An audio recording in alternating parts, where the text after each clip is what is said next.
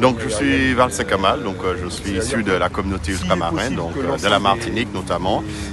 Je fais partie d'ailleurs avec d'autres du bureau Airpac Paris, donc je suis membre du bureau, la présidente est en chemin. Et on est là aujourd'hui effectivement pour remettre encore le couvert, pour parler des problématiques de la vie chère. Donc on a fait la semaine dernière une marche, on a rassemblé plus de 10 000 ultramarins.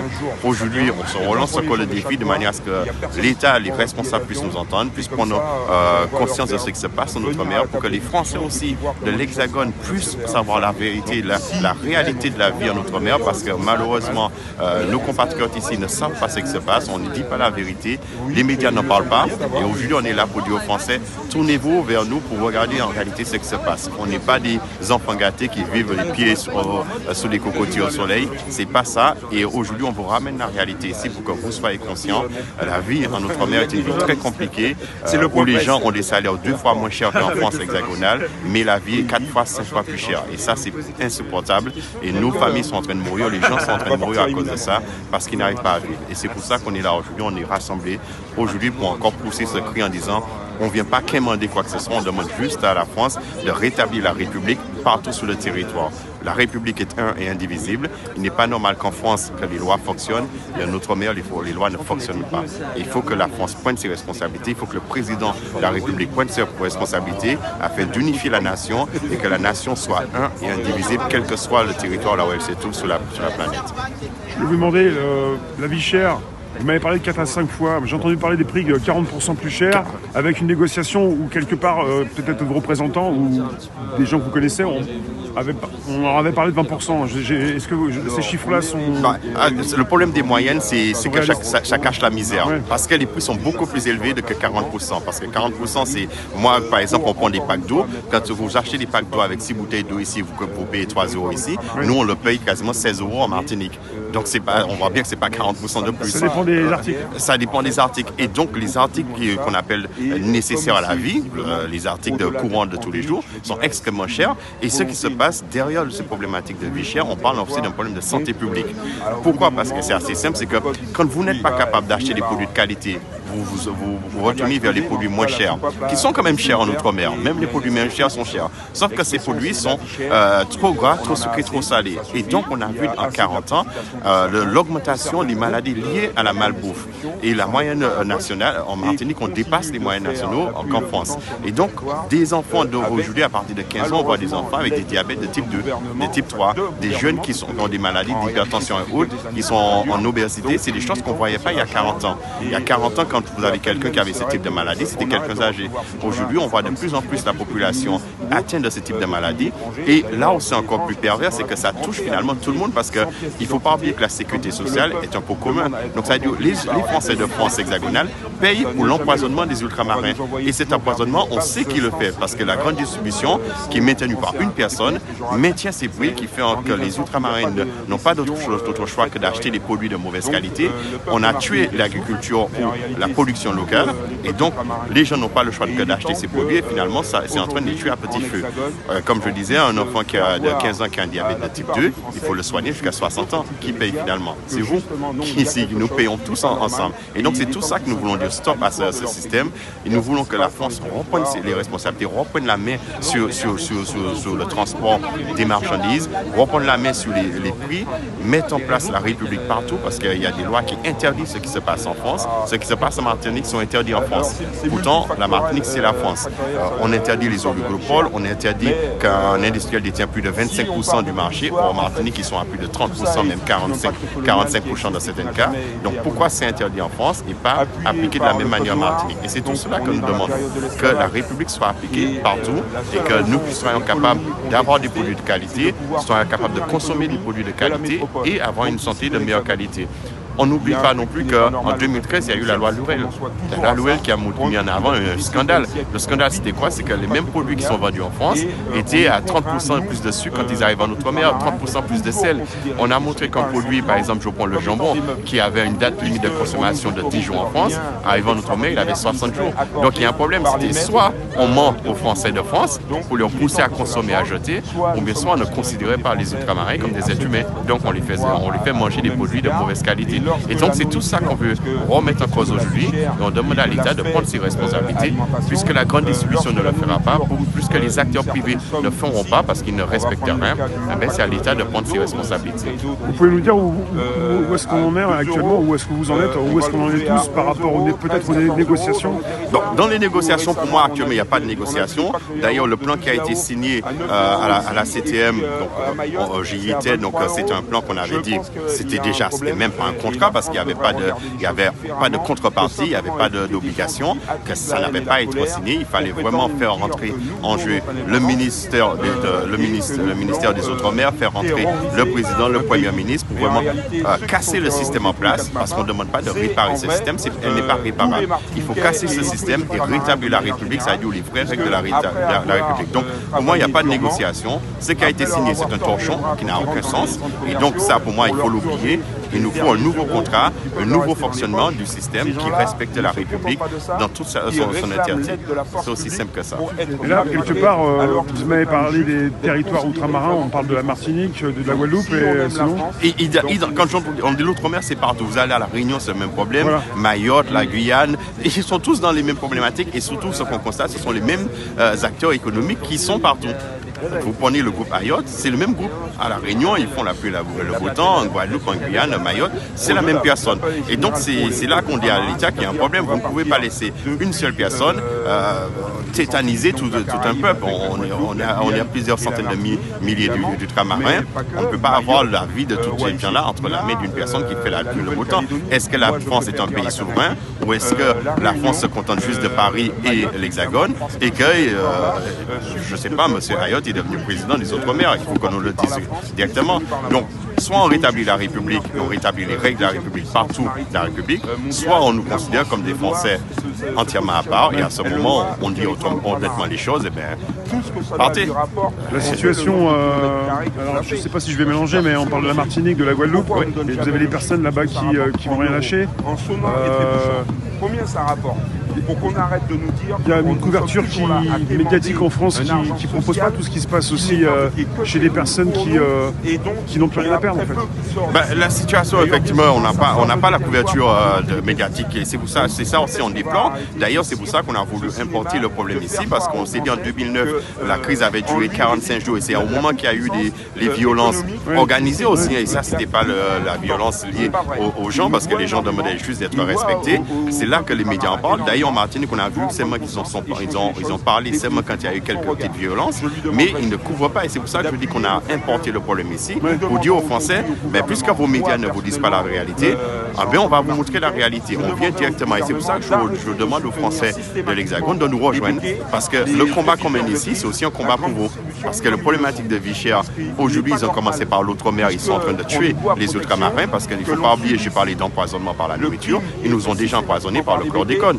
95% de la population de la Guadeloupe contaminée, 92% de la population de la Martinique contaminée, et l'État a décidé un non-lieu. Il n'y a rien à voir circuler. Dans quel pays du monde on aurait fait ça? C'est pour ça que là-bas, il y a des personnes qui n'en peuvent plus, qui n'ont plus rien à perdre, et qui ne font pas ça pour ennuyer l'État. On ne fait pas ça parce qu'on dit, justement, on est en train de dire à l'État, rétablir la République. Donc si on avait quelque chose contre l'État, on n'aurait pas demandé de rétablir la République. Rétablir la République, ça veut dire reprenez la main sur les choses, supprimer les acteurs qui sont les problématiques dans notre département parce qu'ils posent problème à la République et rétablir la République de manière à ce qu'elle soit un et indivisible. La Constitution nous dit. Donc, c'est pas ça, ne sont pas des gens qui sont contre la République ici. Vous voulez qu'on applique la loi? On applique la loi. La loi française, la loi européenne, de la même manière qu'elle sera appliquée à Lyon, à Bordeaux, dans la Havre, l'Alsace-Lorraine. C'est tout ce qu'on demande, appliquer la loi. Et si on applique la loi, on verra qu'il n'y a plus de problème. Donc, ce n'est pas des gens qui sont contre la République. On voit bien que c'est des gens qui sont considérés comme Français à part entière. Et c'est la France qui nous fait comprendre qu'on est des Français entièrement à part. Donc, voilà, c'est aussi simple que ça. Donc, ce n'est pas quelque chose contre la France. C'est justement, on est en train de, justement, quelque part, j'ai envie de même dire, redonner le pouvoir à l'État français pour dire, reprenez la main. C'est aussi simple. Là, c'est le second rendez-vous cette semaine. Ça a commencé la semaine dernière? Ça a commencé la semaine dernière. Donc, dimanche dernier, on avait un premier rendez-vous avec 10 000, on a plus de 10 000 personnes, qui était une réussite. Donc cette semaine, on remet le couvert, comme on dit. Cette fois-ci, j'espère avoir les 50 000 et pour vraiment que l'État prenne conscience qu'il se passe quelque chose en Outre-mer, mais surtout que les Français de France se posent des questions, mais il se passe quoi en réalité? Et qu'on ne se contente pas de regarder M6 ou les médias mainstream classiques, mais qu'on aille chercher l'information pour connaître la vérité. Parce que souvent, on a une réalité qui est biaisée. Moi, c'est souvent quand je rencontre les compatriotes d'ici, les Français de France, et je raconte, ils me disent, ah bon, ils découvrent la réalité, ils découvrent ce qui se passe, et ils se disent, non, on ne savait pas. Et le problème, c'est que les gens ne savent pas ce qui se passe en Outre-mer. Et je suis persuadé que si les Français ici savaient ce qui se passe en Outre-mer, ils ne laisseront pas ces choses à arriver. Parce qu'ils sont des gens, dès lors qu'ils sont au courant, ils sont solidaires, ils nous soutiennent et ils mènent le combat avec parce nous. qu'ils peuvent penser des personnes hors la loi. En fait, c'est pas ça du tout. Voilà, c'est l'État qui est hors la loi. C'est l'État qui est hors la loi. On nous a présenté comme des gens hors la loi. J'ai envie de dire, quand vous regardez autour de vous, les mamies, les papis, je ne vois pas en quoi ils ont besoin d'être hors la loi.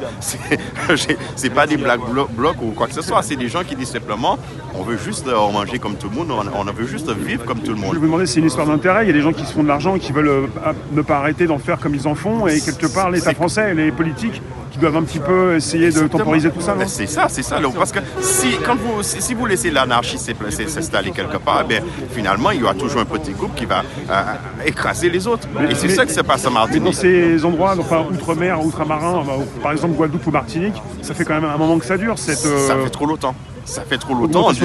En 2009, on l'avait déjà dit. Ouais. Quand on l'a dit en 2009, c'est parce que ça durait depuis trop longtemps. Ouais. Ça fait 15 ans, on attend, on nous a fait des promesses. Ça n'a pas été respecté. Aujourd'hui, on a une nouvelle génération qui dit stop. Et cette fois-ci, on va dire stop définitivement. Donc, vous êtes déterminé. Cette fois-ci, on est déterminé à ce que ça s'arrête. Donc, soit l'État prend ses responsabilités et tape la main sur la table et règle les problèmes, ou je peur que ça soit réglé différemment. Et là, je ne veux pas que le différemment, je préfère encore avoir quelque chose dans le cadre de la République qui soit réglé dans le respect des citoyens, dans le respect des hommes et des femmes, tous ces personnes-là qui ont travaillé, qui ont fait de la France ce qu'elle est aujourd'hui. Quand ils payent des impôts en Martinique, en Guadeloupe, en Guyane, les impôts, c'est un pot commun, ça, tout le monde en bénéficie, c'est la France. Les impôts ici permettent à des gens de vivre, des enfants d'aller à l'école, permettent de construire des hôpitaux, permettent de soigner. Donc, ces gens-là méritent aussi de vivre dignement. Ils méritent de vivre de leur salaire. Vous vous rendez compte, vous allez travailler, vous ne pouvez pas manger, mais dans quel monde on vit? À quoi bon vous vous réveillez tous les matins, vous vous sacrifiez, puis vous ne pouvez pas manger, vous ne pouvez pas nourrir vos enfants, vous êtes obligé de partir? Ça n'a pas de sens. On demande juste d'être capable de vivre chez nous, vivre dans nos territoires, vivre dans nos départements, vivre à côté de nos familles. Aujourd'hui, la Martinique est maintenant classée le plus vieux département de France parce que cette situation fait que toute la jeunesse s'en va. Les seniors sont tout seuls, abandonnés, et maintenant on est dans une nouvelle crise, qui est une crise démographique, qui fait que nos seniors sont abandonnés, il n'y a pas de naissance, pas de renouvellement de la génération, et donc ça pose aussi un problème critique pour la France. Donc c'est tout ça qu'on veut faire prendre conscience. Donc derrière le combat de la vie chère, c'est tout un système qui est mis en place depuis trop longtemps, qui depuis 1946, et je parle de loi de départementalisation, parce qu'on peut monter beaucoup plus haut sur les textes, le code noir et tout ce qui a été mis en place, mais je préfère prendre 46 pour montrer que depuis 46, on nous a promis qu'on était des Français à part entière. Et ça n'a pas changé. Ça veut dire qu'on est resté dans le système avant 1946. Quand on parle de la vie chère, c'est globalement l'alimentation ou ça déborde aussi Ça déborde surtout parce qu'aujourd'hui, l'alimentation, pourquoi l'alimentation? Parce que c'est la base. Est-ce qu'un homme, une femme peut se réveiller s'il a le ventre vide? Est-ce qu'on peut aller se battre pour demain, se battre pour nos enfants, pour construire si on a le ventre vide? Donc ça, c'est déjà la première marche. Mais derrière, on parlait des problèmes des billets d'avion, on parlait des problèmes de santé publique, les hôpitaux. Nos hôpitaux sont dans des conditions déployables. On parle de problèmes d'énergie, on n'a pas la main là-dessus, donc on paye l'énergie à des... Donc c'est tout ça, c'est toute la vie en Outre-mer. Tout est beaucoup plus cher là-bas. Beaucoup plus cher et insupportable, invivable. Donc c'est ça qu'on demande à l'État, de rétablir les règles, rétablir la concurrence comme elle doit se faire, dans le respect de la dignité de l'être humain, et que voilà, tout ira bien. Donc on ne vient pas quémander quoi que ce soit, on va juste dire à l'État, rétablissons les choses, si on est des Français. Merci. Kamal, vous pouvez nous rappeler ce que vous faites? C'est une asso Donc, le AirPac, c'est une association. AirPac. Donc, on a le AirPac Martinique. Ici, on a le bureau du AirPac Paris aussi, AirPac France. On a aussi toutes les associations ultramarines qui sont là avec nous. Donc, Ultramarins debout qui se luttent contre les billets d'avion trop chers, parce que là aussi, le problème des billets d'avion, on n'en a pas parlé, mais ici, on peut considérer que honnêtement, l'ultramarin qui arrive ici, il est pris en otage. Il ne peut pas retourner chez lui. Or, la Constitution nous dit que tout homme a le droit de circuler librement et de choisir sa place dans son État. Donc, dès lors que vous ne pouvez plus circuler dans l'État, dans la nation, eh bien, il y a un problème, vous êtes pris en otage. Or, essayez d'aller en outre-mer. J'ai regardé récemment un billet pour aller à la Martinique sur cette période, c'est 2 000 €. Où est la continuité territoriale qui a été votée sous Chirac? Parce qu'en fait, on parle d'un prix qui monte régulièrement aussi. Un prix qui monte régulièrement et un prix qui n'est pas justifié parce que vous faites le même trajet pour aller à New York, vous êtes à 400-600 €. Donc, qu'est-ce qui fait pour aller en Martinique, vous êtes à 2 000 € et pour aller à New York, vous êtes à 600 €? C'est pas très compétitif, quoi. C'est pas compétitif, mais il y a quelque chose qui n'est pas clair dans ce prix. Ah, pour vous, l'État français devrait faire un effort aussi pour respecter aussi les ultramarins, pour proposer des prix qui ne montent pas trop non plus. Mais il y a quelque chose qui est simple, la loi de la continuité territoriale qui a été votée. Que dit cette loi? Cette loi dit qu'il y a l'égalité sur tous les territoires. Donc dès lors qu'il n'y a pas d'égalité sur tous les territoires, parce que pour aller en Martinique, on devait être capable de parcourir le Havre, Bordeaux, au Marseille, et comme on parcourt le Havre, Martinique. C'est l'égalité territoriale. On fait partie de la France, on est français. On est français, c'est la nation. Pour vous, la libre circulation des Français sur le territoire. Et là, on voit bien qu'on ne peut pas. Quand vous vous retrouvez avec des personnes qui vous disent, voilà, ça fait 40 ans que je suis ici, je ne suis pas entré en outre-mer, j'ai pas vu. Ma mère a été enterrée, j'ai pas pu aller la voir, alors que je travaille tous les jours. C'est pas des gens qui sont ici en train de vivre, c'est des gens qui se lèvent pour aller travailler et qui vous disent, j'ai pas pu aller voir ma mère qui était malade à l'hôpital, elle a été enterrée sans me voir. Des gens qui vous disent, ça fait 60 ans que je suis là, je ne suis pas entré au pays. Il y a un problème. Des gens qui sont arrivés avec le Bumidum, billets simples, sans retour, et qui n'ont jamais pu faire le voyage de retour, qui n'ont jamais vu leur famille, qui n'ont jamais vu leurs parents. Ils sont chez eux aussi ici, mais ils en ont marre de récupérer leur famille aussi. Et c'est pour ça d'où je dis que c'est une prise en otage. Les gens sont pris en otage et tout ce qu'on demande, c'est la capacité pour nous de rentrer chez nous, de rentrer dans nos départements. Voilà, c'est l'expression qui est plus adaptée. Rentrer dans nos départements, aller voir nos familles. Pour vous qui vivez là-bas, ou même aussi pour tout Français qui est né ici, qui pourrait souhaiter aller là-bas aussi? Tout Français, parce que rentrer dans nos départements, c'est permettre aussi à des Français qui sont ici de développer économiquement les départements. C'est pas quelque chose de fou. Mais quand vous mettez 2 000 € dans un billet d'avion, vous arrivez en Martinique, qu'est-ce que vous dépensez? Vous dépensez rien. Or, ces 2 000 €, ils sont accaparés par l'industrie de l'aéronautique. Ça veut dire que c'est les actionnaires qui les prennent. Des actionnaires qui ne sont pas des Français, pour la plupart, qui sont des Américains, souvent je ne sais pas qui. Or, si on payait les billets d'avion à 400 € et on rentrait, ça veut dire qu'il me reste 1 600 € pour injecter dans l'économie locale, ça me permet de développer économiquement la Martinique. Et comment je l'injecte dans l'économie locale? C'est de l'argent qui circule localement, qui crée de l'emploi. Donc, on n'a pas besoin de faire l'ENA pour comprendre ça. Donc, c'est quelque chose de simple, c'est la loi de l'économie, c'est le fonctionnement de l'économie. Quand on parle d'alimentation, là-bas, vous avez des enseignes qui ressemblent à celles qu'on a ici, c'est les mêmes? On a les enseignes qui sont les mêmes qu'ici, donc souvent c'est des franchises. Et d'ailleurs, on va bientôt, parce qu'on est en train de penser, se tourner vers Carrefour, parce que les enseignes qui sont les plus représentantes en Martinique, c'est Carrefour. Donc, on va devoir demander à Carrefour des comptes pour dire comment vous pouvez laisser vos franchisés se comporter ainsi. Donc, pour moi, Carrefour est aussi responsable de ce qui se passe. Un exemple, Carrefour, tout le monde connaît ici. Ici, si on achète un produit, quel prix on le retrouve? Oui. Vous avez un exemple en tête? Oui, des produits simples, je vous donne. Par exemple, l'eau qui est un produit de base pour la vie. Ouais. Quand vous achetez un pack d'eau ici à 3 € avec 6 bouteilles, vous allez en Martinique, vous l'achetez à 12, 13 €, même 16 €. Il y a un problème. Les mêmes bouteilles chez Carrefour. Les mêmes bouteilles. Donc, vous n'allez pas me dire que c'est le transport qui fait que ça a augmenté autant. Vous prenez d'autres pays où c'est beaucoup plus loin. La Chine est capable de vous envoyer des produits en France. Il y a plus de kilomètres à des prix beaucoup moindres. Donc ça ne colle pas. Au niveau du transport, on a déjà parlé justement de produits qui sont accessibles proches de la Martinique par exemple, mais qui font un parcours en France pour repartir. Pour repartir aussi. Même la banane qui vient de la Martinique part sous le Havre pour revenir en Martinique et coûte plus cher en Martinique qu'en France hexagonale. Donc il y a un problème, ça n'a pas de sens. Donc, vous mangez de la banane qui part là-bas en France qui part en France et qui revient en Martinique. Des produits qu'on aurait pu justement collaborer avec les pays autour de nous parce qu'on est dans un bassin caribéen, on a des acteurs économiques. Il n'est pas normal que le pétrole, on l'achète dans la mer du Nord. On a le Venezuela qui est producteur de pétrole. C'est un problème de distribution et d'accords qui ont déjà été faits et qui sont bouclés. Mais qui n'ont pas de sens. Quand on parle d'écologie aujourd'hui, on voit bien que ces accords ne répondent pas à la réalité. Au niveau du transport. Au transport. Donc on aurait pu dire dans l'intérêt général, ces accords doivent être renégociés, repensés et dissous si elles n'ont pas de sens, si elles ne répondent pas à la réalité. Donc pourquoi on ne le fait pas?